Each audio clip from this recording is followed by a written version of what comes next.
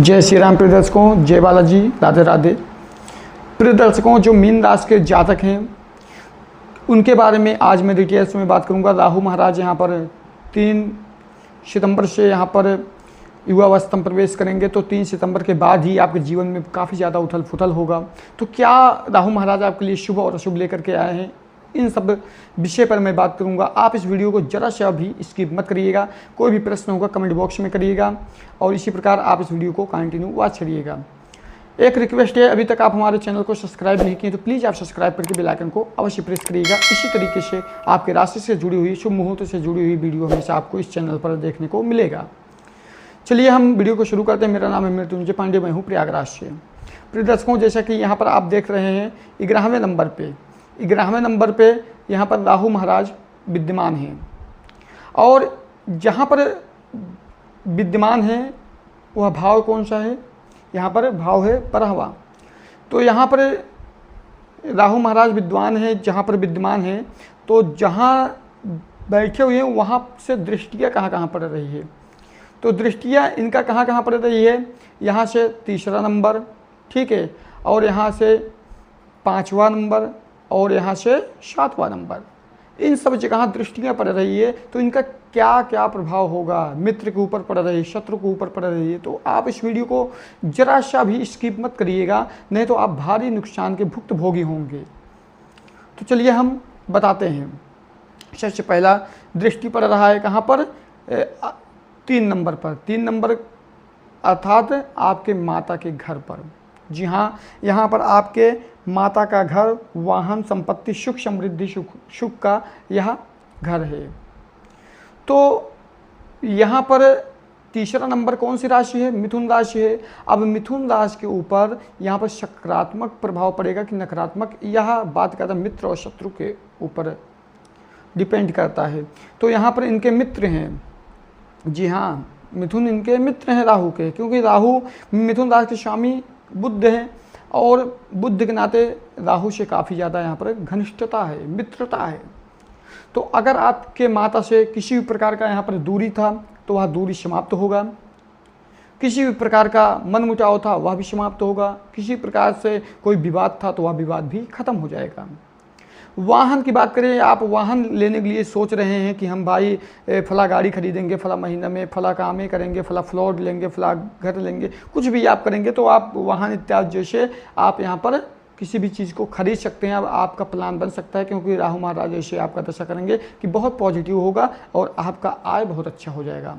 और इसी प्रकार यहाँ पर संपत्ति की बात करेंगे, जो कुछ आपका संपत्ति था वह आपका बढ़ोतरी होगा, कभी भी घटेगा नहीं। अभी तक जैसा भी था वो था, लेकिन 3 सितंबर के बाद से आप बहुत ही ज़्यादा यहाँ पर अच्छा महसूस करेंगे, क्योंकि संपत्ति से सुख ही प्राप्त होता है। तो संपत्ति से सुख आपको अवश्य मिलेगा। सुख का भी यहाँ पर जुड़ा होता है, सुख भी आपके जीवन में आगमन होगा, ठीक है। अभी तक कैसे भी अपने जीवन को बिताते आए थे, दुख झेल रहे थे, लेकिन यहाँ पर 3 सितंबर के बाद से आपको सुख ही सुख मिलेगा। ये रहा 3रे नंबर की बात।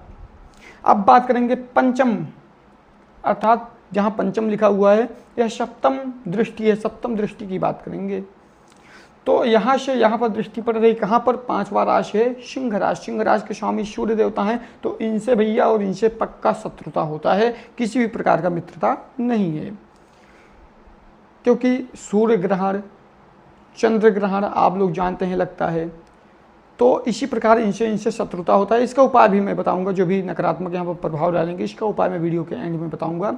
आप ध्यान से बस देखिएगा। बस यहाँ पर रोग, शत्रु, ऋण, इनका ये स्थान जुड़ा हुआ है। जो भाव है रोग, ऋण, शत्रु इत्यादि, सेवक, नौकरी से जुड़ा हुआ है। कौन सा घर, भाव से 6वां भाव है और दृष्टि से 7वां दृष्टि है, सप्तम दृष्टि है। तो सप्तम दृष्टि यहाँ पर रोग से, जैसे आप काफ़ी ग्रसित थे तो भैया यहाँ पर रोग से ग्रसित थे तो और ज़्यादा रोग आपका बढ़ सकता है। रोग नहीं था, किसी प्रकार का रोग हो सकता है, ठीक है, क्योंकि राहु का बुरा दृष्टि यहाँ पर पड़ रहा है। और ऋण अभी तक आप नहीं लिए थे, ऋण ले सकते हैं। किसी प्रकार का मार्ग अगर बंद था तो वह और भी बंद हो सकता है। आपके सामने बिल्कुल अंधेरा छा जाएगा, कि अब क्या करें, जीवन में कुछ समझ नहीं आ रहा है, किसी ऐसे चीज़ों में फंस सकते हैं जो कि आपको कोई निकालने वाला नहीं होगा। तो इसी प्रकार आपको काफ़ी ज़्यादा सावधानी बरतनी होगी। इसका उपाय मैं वीडियो के एंड में बताऊँगा। तो रोग आपका बढ़ेगा, ऋण से आप लड़ सकते हैं। शत्रु कुछ ऐसे आपके जीवन में आएंगे जो कि आपके मित्र स्वरूप होंगे, लेकिन आपका यहाँ पर काफ़ी ज़्यादा बुराई करेंगे और आपका अनभल चेतेंगे। इसी प्रकार अपने शत्रुओं से सावधान रहिएगा। आप अपना कोई भी ऐसा चीज़ ना बताएं जो कि गुप्त हो, और आप ऐसा चीज़ बता करके गलती ना करें जिससे आप अपने ही पैर पर कुल्हाड़ी मारें, वो आपका गलत फ़ायदा उठा सकता है। इसी प्रकार यह शत्रु से भी जुड़ा हुआ घर होता है। और यहाँ पर नौकरी पेशा वालों को बता दें, नौकरी में किसी प्रकार का फंसाव हो सकता है, मुसीबत में आ सकते हैं, चाहे प्राइवेट वाले हों, सरकारी वाले हों, कोई भी हो, किसी प्रकार बात को लेकर के बहस हो सकती है, आपकी नौकरी यहाँ पर प्रॉब्लम में फंस सकती है। तो इसी प्रकार आप नौकरी से भी यहाँ पर सावधान रहिएगा।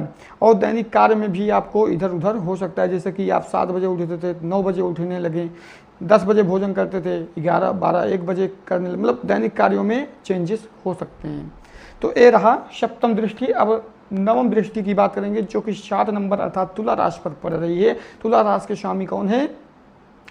तुला राशि के स्वामी हैं शुक्र महाराज। अब शुक्र महाराज राहु के मित्र हैं कि शत्रु हैं? यहाँ पर मित्र हैं, जी हाँ।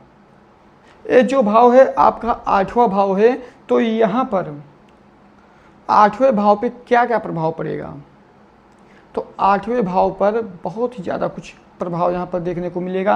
आपको काफ़ी उन्नति यहाँ पर देखने को मिलेगी। जैसे यहाँ पर मृत्यु या आयु या गुप्त बातें, रिसर्च, रहस्य इत्यादि से जुड़ी हुई या अष्टम भाव होता है, ठीक है। तो यहाँ जो अष्टम भाव है, जैसे किसी प्रकार का आप वाहन चला रहे हैं तो आपको हो सकता है किसी प्रकार किसी दिक्कत के कारण आप गिरने से बच जाएं, ठीक है। यहाँ कौन बचाएगा? राहु महाराज बचाएंगे। एक्सीडेंट होते होते बच जाएं आप, या कोई भारी नुकसान होते होते आप बच जाएं, ऐसे आपके साथ हो सकता है, मतलब मृत्यु होने से बच जाएं।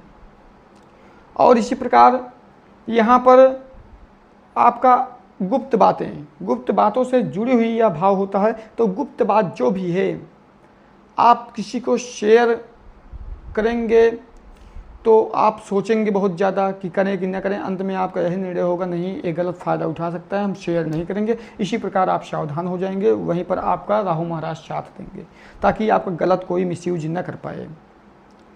और यहाँ पर रिसर्च, रहस्य की बातें होती हैं। अपना रहस्य किसी को ना बताएं, जगह जगह गाते ना फिरें, नहीं तो आप भारी मुसीबत में पड़ जाएंगे।